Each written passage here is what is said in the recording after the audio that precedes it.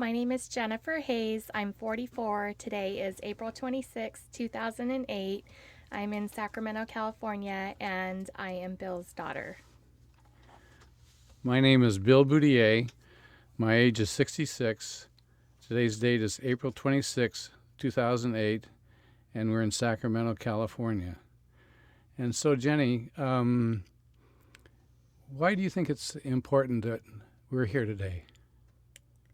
Well, I think it's important to share our story because it's unique, and I think it's good to have it documented because there's so many details to it that either you'll forget or I'll forget or we forget to pass on as it goes through the different generations. And so I just think it's a good opportunity to have it down. You know, you've written it, but it's just nice that people can hear it. Mm-hmm.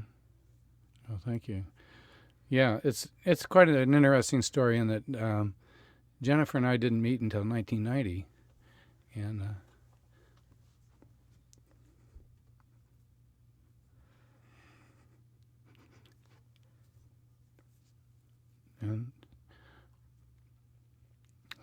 Jenny was a very happy young woman.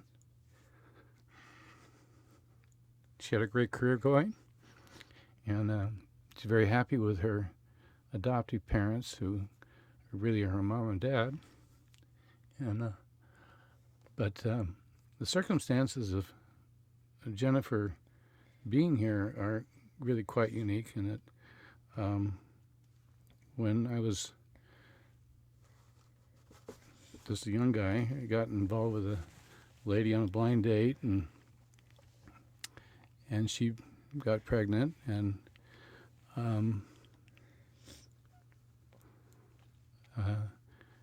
then I didn't know quite what to do, and she had had other children before and had some problems, and so I didn't want to get married to her, and so I encouraged her to adopt the child out, and this was I met her in January of 1963, and she was pregnant after our first date, I guess, and so Jennifer was born in November. I guess it was February. Yeah. Something like that. I forget what the exact time was. And so in the meantime, this woman who was pregnant by me was staying at a rooming house, and she introduced me to a woman who was going to be my wife. So this woman who became my wife and I dated, and decided to get married in November of 1963. And meantime, I kept contact with Jennifer's biological mother too. And so when it came time for the wedding, both my wife at that time and or my wife to be at that time and myself knew that this woman was going to have a child by me, and we kind of totally disregarded that and went ahead with our plans very selfishly without considering the well-being of the child or anything. And so we got married on November 9th, 1963. Well, about October of 1963, I lost contact, or I cut off contact with Jennifer's biological mother, and didn't have any more contact with her. I remember I was one day at work after I'd gotten married, and I don't remember when that was after I got married, but sometime after I got married, I got a phone call, and it was Jennifer's biological mother, and saying that, well, Bill, I'm very glad to tell you that we had a real nice little boy. And I'm going to do as you suggested, because I haven't been a good mother to my other kids. I'm going to suggest that he be adopted out. And I said, well, have you seen the child? And she said, no. And I said, well, that's good. She says, the child's going to be adopted out. So that ended that. And I only happened to see Jennifer's biological mother one other time when she was walking, and that's the last time I ever saw her. She was down the street, because Sacramento was kind of a small place at that time. And so through the years, I often wondered. I had 2 other children. Paul, who was born just in August of 1964, and Michelle, who was born in September of 1965. And but whenever I'd go any place with my kids, I'd always see a little boy, running into the store by himself or something. And I was wondering, that was him, Was it me? Yeah, so it was always in the back of my head to find out. So in the late 1980s, I was going through kind of a spiritual transformation at that time. I was in business before that, and I was studying for the ministry, and I was going through a spiritual transformation, and I thought, well, gee whiz, I think I should look for this little boy, this man now, and I think it's important to fill out that part of my life, and maybe be of help to that other person too. And so I started to look, and of course I didn't know what to do, but I went to there's a group called the Alma Society, Alma, ALMA, which usually helps children find their birth parents rather than birth parents, especially men, finding their children. And so I went to them, and they gave me some tips as to what to do. And I went to, I have my calendar here from 1990. I kept all my schedules and everything. I have them all from going years back. And on September 14th of 1990, I went to Sacramento County Welfare Department. I'd made an appointment several months before. I think it was probably in May or April, to talk to a social worker about this child's file. And they said, oh my God, we'll have to dig that out of the warehouse, and so give us some time. So in September, they called me up and they said, well, we've got the file. Do you want to come in? I said, sure. So I talked to a social worker named Lee Medina. She was very nice. And the Alma Society told me that the only information I could get would be, about the parents, the adoptive parents, and what their ages were and what their religion was, and that kind of thing. And they wouldn't give me any information about the child at all, not gender or birth date or anything. I had no idea. And I had no idea what the birth date was, because I don't recall when I was called to be notified that the birth had taken place. So I had no idea about the birth or about this little boy. So anyway, I met with Lee, and she told me, well, the parents are this, they're nice. One of the mother's Yugoslavian descent. That time it was Yugoslavia, now it's Croatian. And the father's English descent. And he's a school teacher, and he's an artist, and they're Catholic people, and then it said in the record that the birth mother wanted the child to go to a Catholic home. So, and she wasn't Catholic; she was a Mormon herself. So, anyway, it happened that way. It just happened that way. So, it gave me some little bit of hint of what's going on. So that's all the information I had. I didn't know anything more than that. So I started looking, and I forget, maybe you can help refresh my mind as to what I did, because I wrote it all down for you.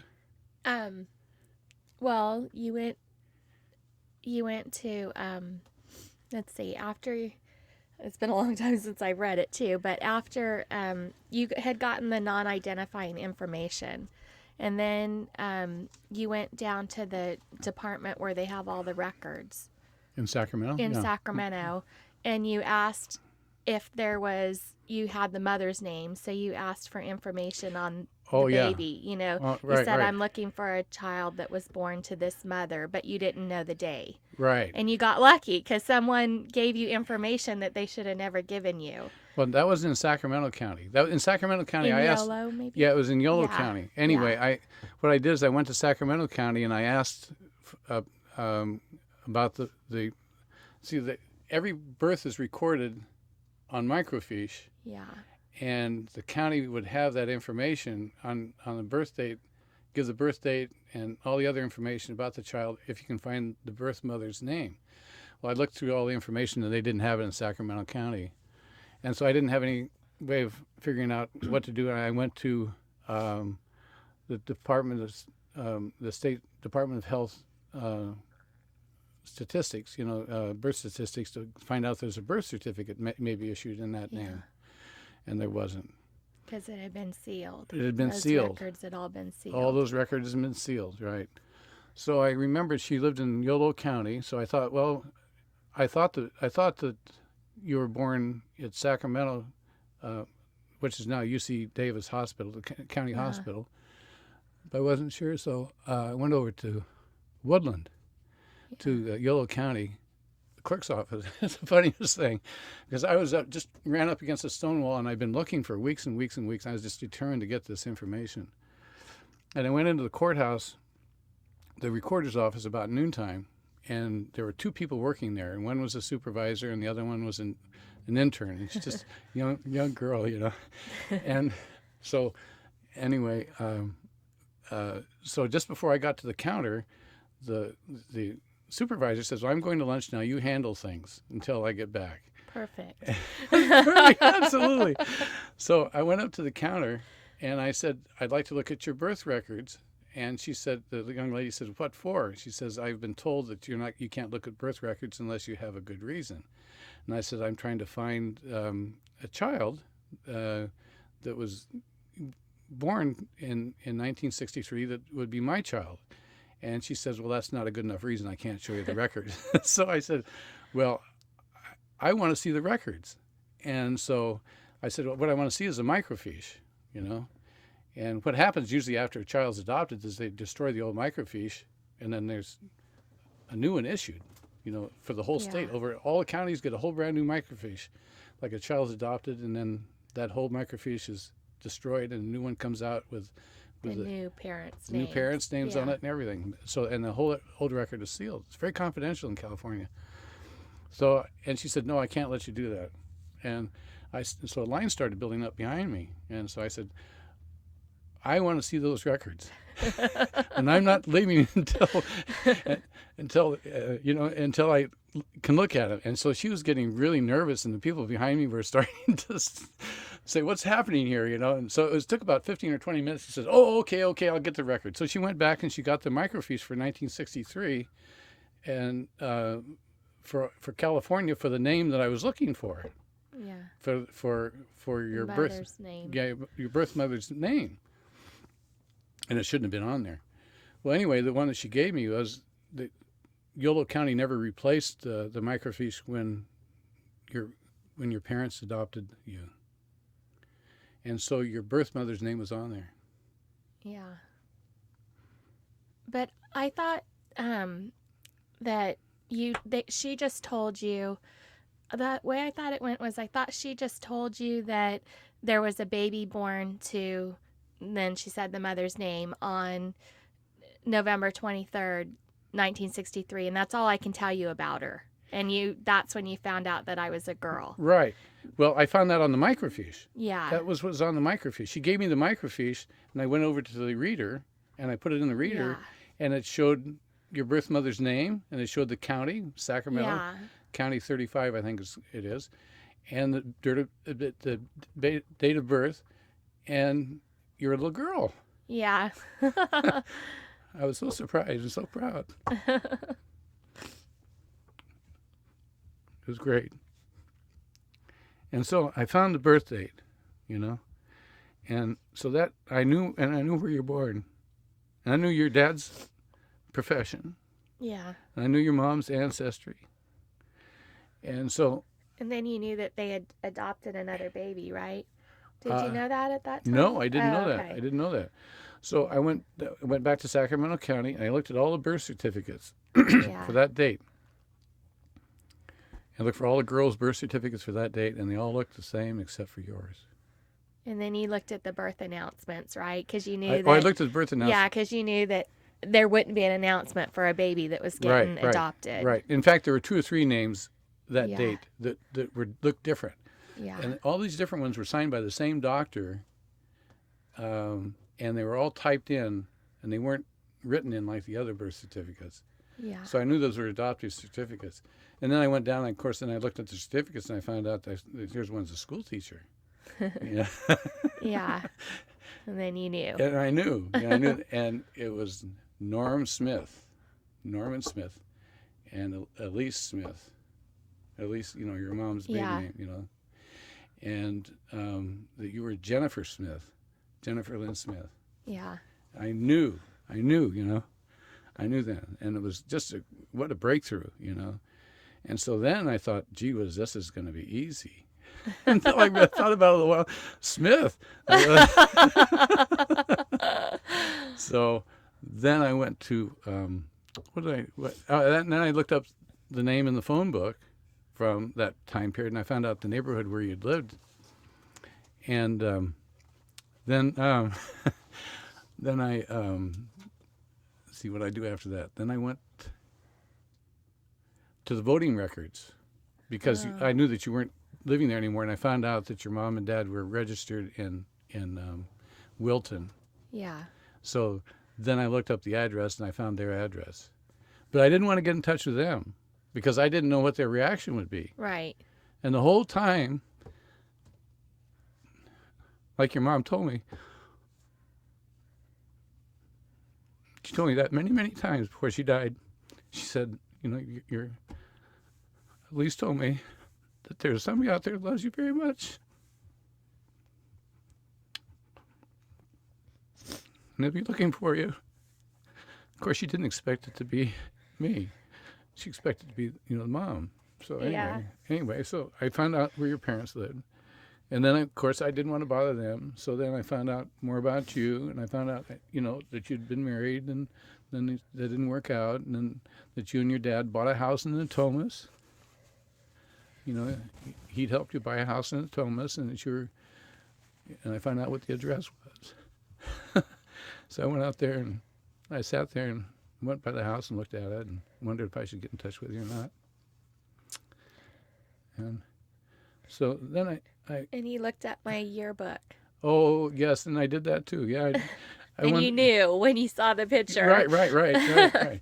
I went through, and I'd forgotten the name was Smith, but I went out to Elk Grove School District, which Wilton is part of. Yeah. To look in the yearbooks to see if I could find you. And so I looked at I guess you went there for your freshman year, wasn't it? Right. Yeah, you went there for your freshman year. And so I was just flipping through the pages, and I wasn't looking at names. I was just looking at pictures. And I saw you, and I says, that's her. Because you look so much like Michelle and Paul. Yeah. Yeah. Right. Yeah. And I was just ecstatic, Here's this little girl in a T-shirt, freshman in high school and stuff, and, just cute as anything, just really pretty. And so then I went through the sophomore year, and I couldn't find anything at Elk Grove. And the junior year and the senior year, I couldn't figure out what was going on. And I kind of gave up on that because I didn't know what was going on there. And then I started looking for you yourself. Yeah. And I later found out, of course, your dad taught at Kennedy. At Kennedy High School in the Sacramento School District. And as a teacher, he could bring you to that school, and you drove to school with him every day. Yeah. Yeah, which is a neat thing. Yeah. So you graduated from Kennedy, which is a whole different school district. Right. So that's why I couldn't find you. But anyway, I found your house, and stuff. And so I remember it was a Friday night. I just went by there. I'd been downtown on business, and so I was going back on I-5, and I thought I'd stop by and just look. And I was sitting down the street, and all of a sudden this little red Mercedes zips by me and pulls up to the mailbox, the curb mailbox, and an arm comes out and grabs the mail, and then the garage door opens, zips in there, and closes the door. I said, "Well, this is a woman of action." I just doesn't pull around. It's a pretty sharp car too. So anyway, I thought, well, geez, I think I'm going to write her a letter. And Alma told me not to do that, but I just had a hunch I should write you a letter. So I wrote you a letter. I took it over there. I wasn't sure I was going to mail it. I hadn't put a stamp on it. I had a stamp on it, and I drove up to by your house, and the mailman was walking by, and I said, it looks like I should probably give him this letter and ask him to deliver it. So he said, oh, sure, I'll deliver it. And he crossed out the stamp and he threw it in the mailbox, for me. And then that night, you called me up. Well, I think that was the second letter. Second the letter. first one you sent Okay. me certified. Oh. And I got a notice in my mailbox I had a certified. that's and right. I was always going somewhere and I never went and picked it up. Oh, that's right. So that's then right. you decided you did that with the letter. Oh, yeah. And so I did get that, obviously, because it was just in my mailbox. Right. Because I remember on a Saturday morning Right. when I was going through the mail, it was in there. And I called my mom and I read her this letter because you had said in there that you didn't tell me who you were or anything. You just said that I previously sent you a certified letter and that it hadn't been picked up, but you really encouraged me to go get it because you thought it contained some information that would be very important to me. And so I called my mom and I'm like, listen to this. And I read her exactly what you had written me. And she was so excited. Yeah. And I was so upset. Do you have a guess of who it might be from? I didn't at the time. I mean, my mom was like, oh my gosh, I bet one of your biological parents is trying to get in touch with you. And we thought that it was probably an intermediary. And I had no idea it was going to be Bill. And so anyway, but I was just really upset because I said, I was telling my mom, you're my mom and dad. And, that's the way it is. And my mom says, it's okay. She was excited. And she's like, if nothing else, just go so you can find out your medical history. You just need to know this isn't a bad thing. We'll always be your parents. We'll always be your mom and dad. So anyway, of course I went right away to the post office to pick up the other letter. The certified letter. The first one, yeah. Yeah, the first one. Yeah. I forgot all about it. Yeah. So, and then when I read that, then that's where Bill explained everything to me, that what had taken place and who he was. And, he told me that,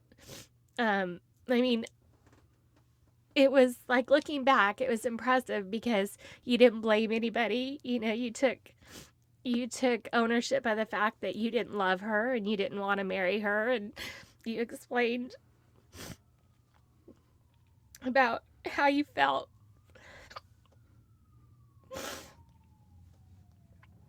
And how you felt like you needed to meet me.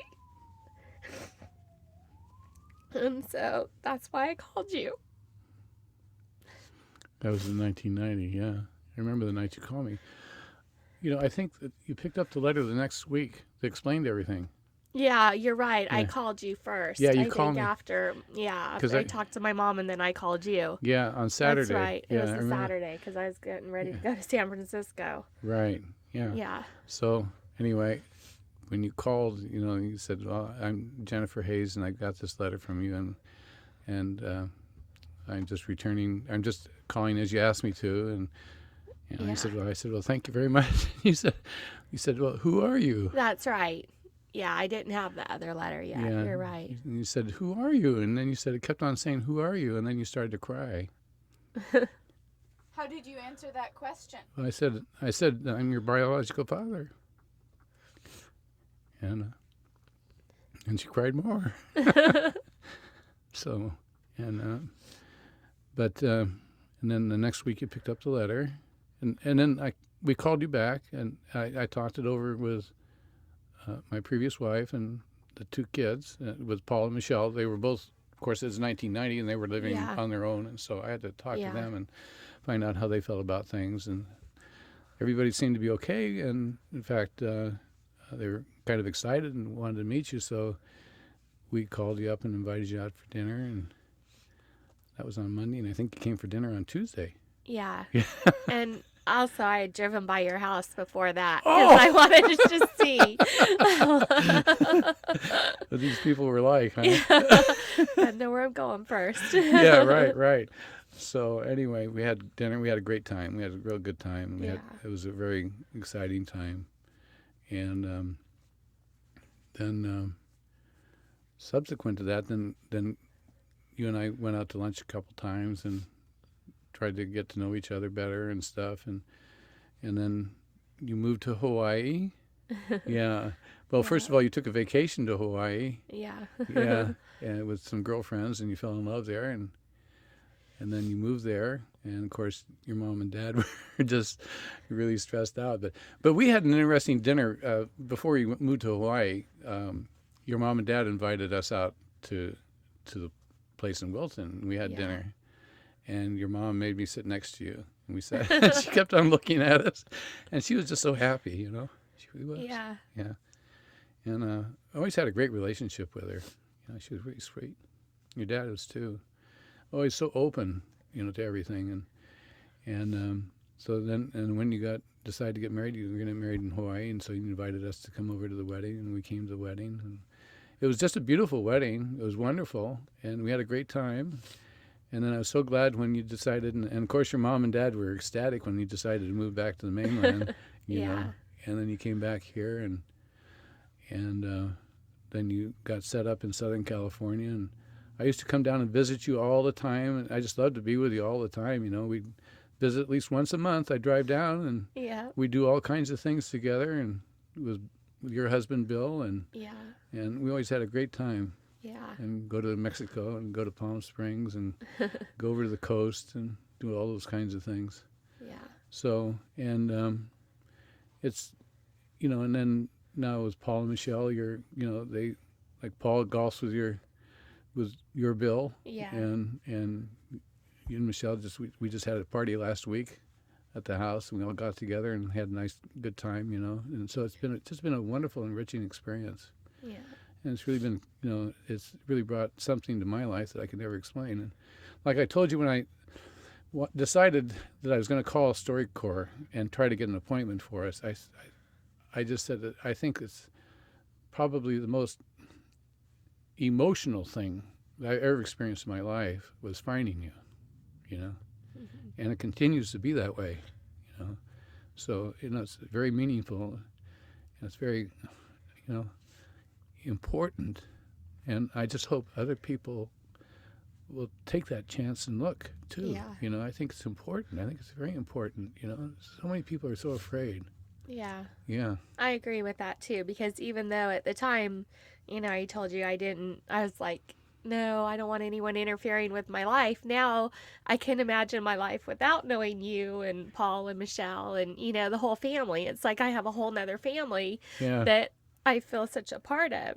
Yeah. So, and it's funny because it has helped me know more of who I am and why I am the way that I am, you know. So, because although I feel like you're influenced obviously by your environment, but there's a lot of genetic things in your life too that your environment can't affect, you know. And so, like my mom's personality versus my personality, they're so different, and I know it's because of who I am genetically, not the environment I was raised in, you know. And she'd say like, oh, I mean, was always like more aggressive and more risk taker and more, you know, and I know where I get it from. So to me, it's just helped me overall know more of who I am and why I am the way that I am. Mm-hmm.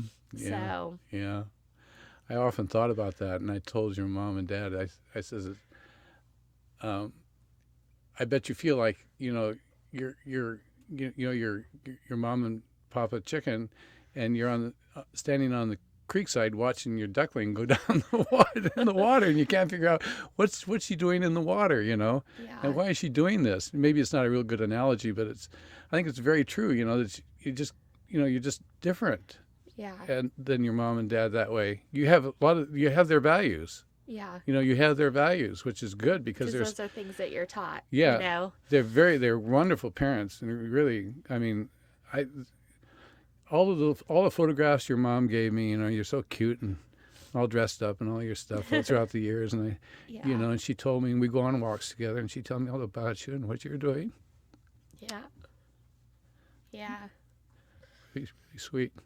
Yeah. And you know, and how you played softball in high school and did all those things, and how you were a risk taker, you know, and they wanted you to go to college, and they wanted you to do this, and they wanted you to do that, and get a profession, and sent you to what is it, stenographers? Court reporting Court school. Yeah. reporting school. And he said, well, heck with that. I couldn't do it. I was bored, you know? You're bored. Yeah, you could do it because you got the Yeah. dexterity to do it. Yeah, I could do it, but I was like, oh, I can't imagine myself doing this day in and day out. You know? No. So you just done marvelously well, and you started up, your own business now, and you're doing well. Which is very typical of everything in my family. Yeah, I mean, we're all entrepreneurs. Right. So it's just a wonderful, just a wonderful experience. Yeah, and I feel fortunate because, like, I have 2 cousins and then my brother that were all adopted too, and they have all at some point wanted to search for their biological parents and never either had the opportunity, they didn't have the opportunity, or they ran into roadblocks, or they found things that they didn't want to know about, and so it all stopped. So none of them know any of their biological parents. And I just feel fortunate that not only do I know you, but it's been such a blessing and such a great experience. Yeah, we have a lot of fun. Yeah. Yeah. In fact, I really enjoyed going with you to the Furniture Mart in Chicago just this last September. Yeah. That was so much fun, just seeing you in action and being with you and strategizing on trying to how to talk with the manufacturers of the products, Well, And it was exciting, very exciting. So yeah, and I mean, you've always given me so much guidance and great advice that I can relate to. yeah. So Yeah, it's nice when you get on the phone and you have a problem and you can, a business problem, and we talk about it and try to figure out how to get the best results out of it. yeah. And sometimes, most of the time, it works. Yeah, At least it's done pretty good.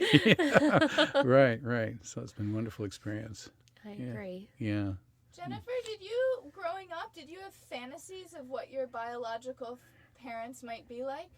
I never did. That was the thing. And I know when Bill first found me and he told me that he had been told that adopted children always, have this big hole in their life and they're always wondering. And for whatever reason, maybe it's just part of my makeup, I never really look back and I am always looking forward. And for whatever reason, I never had that. I never felt that way. And so I never really did. I never had given it that much thought, but obviously emotionally it affects me, but I really hadn't. So, and I think that's why when I first found out, I was upset about it. So although my mom and dad both had always encouraged me, if that's something you want to do, they were always for it. They never felt threatened by it at all. Yeah. It's a wonderful gift in itself. Yeah. Yeah. So. Bill, what would you be thinking when you were sitting out in the car in front of her house before you met her? I thought, well, I'm really nosy. I thought it was, I felt that I had good purpose in doing it, and I wanted to, I needed to bring it to closure, and I felt it would be a good thing for everybody, really round out our lives. And I was going through kind of a spiritual transformation at the time. I'd been in business and was studying for the ministry, at that time I'd been ordained, and so, but I wasn't doing this from a religious perspective at all. It was just something that was just important to understand about life, and I thought it'd be important to Jennifer to understand about life too, like that. So, and I thought I could bring something to her life, and the family that she has out there that she didn't know could bring something to her life too. I think they have. Yeah, definitely. Like I said, I can't imagine my life without. Yeah.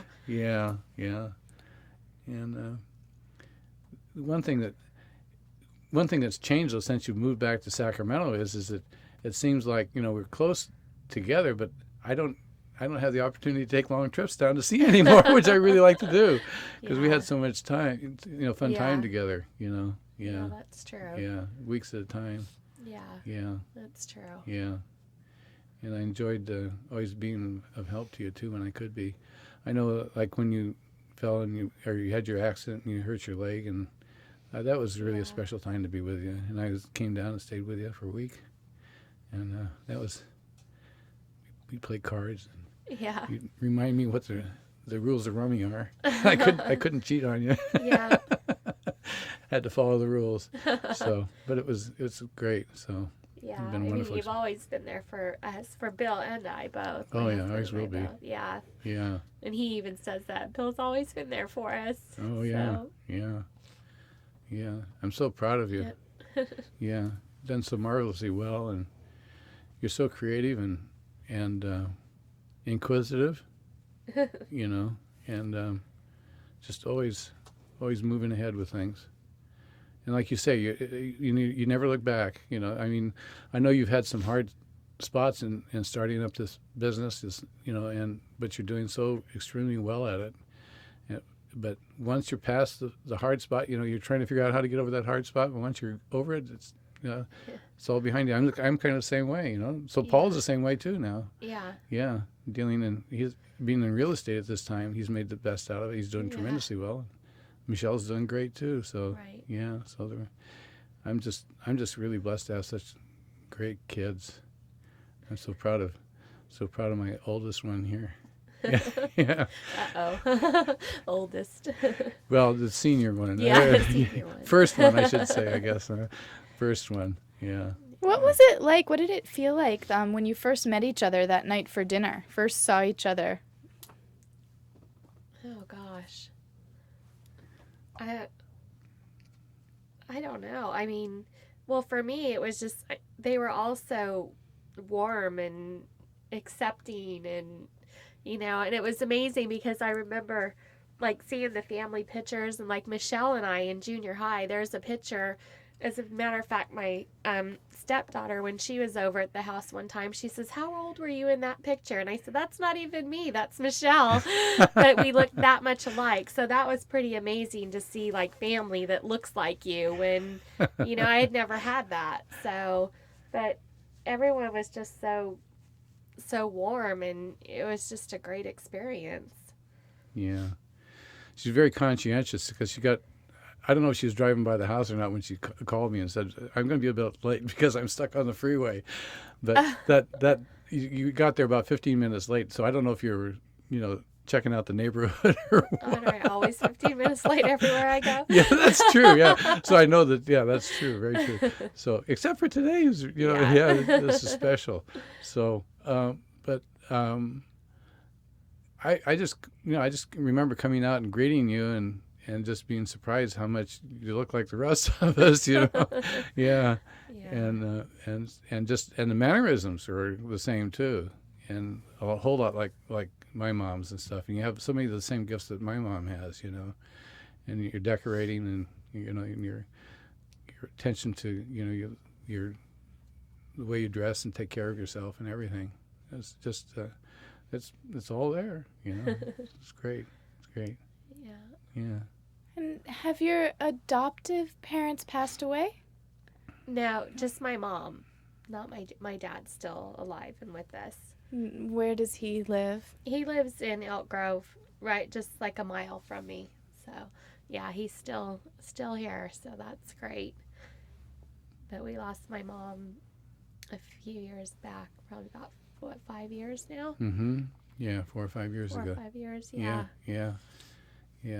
So. Created a big hole in your life. Yeah, and all of us. Yeah. Yeah. So it was a real surprise. So, but your dad's around and he's with you around the holidays all the time. Yeah. Amazing. Your birthday's one day after his. Yeah. Yeah. So you celebrate that, and then you celebrate Thanksgiving together, and then Christmas, and you've carried on the tradition of your family that you've had all these years to have your open house, and your big open house. Everybody's welcome all day long on Christmas Eve, and right. It's something that your mom and dad started, and your dad still does the baking with you. Yeah. Yeah. I still bake. Yeah. Right. So yeah.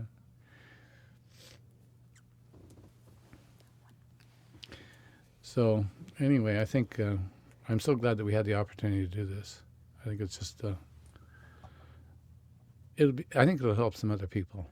I think so too. Yeah, and maybe, bring some comfort to people that have been really very anxious about things in their lives, and not being able to put things to rest. Yeah. Yeah, and just have to take a chance. Yes. In fact, I didn't. I think too the other thing is like you've been able to give me so much information about my birth mother that I wouldn't have ever known, and although I haven't decided to like meet her and really don't want to, but I think people that aren't adopted, they don't know. Like my husband, he's always saying, Bill's always saying, "Oh, you should go meet her," because people, that's just something that they know in their life. They know Mm-hmm. their biological parents because they were born with them and grew up with them. Yeah. But it's just, I'm glad to have the information, but I don't feel a hole there where I need to meet. Yeah. Right. her. Right. So Yeah, well, that's okay. It's a good thing. You're a very complete person in and of yourself. You always have been. And you always been able to do things on your own. So which is it's wonderful. I'm sure glad that we had the opportunity to do this with StoryCorps. It's really a blessing for me, and I think it is for you too. yes, I think it is. Yeah, I had no idea it'd go like this. That's good. There's so much emotion still there. Yeah. I love you so much. I love you too.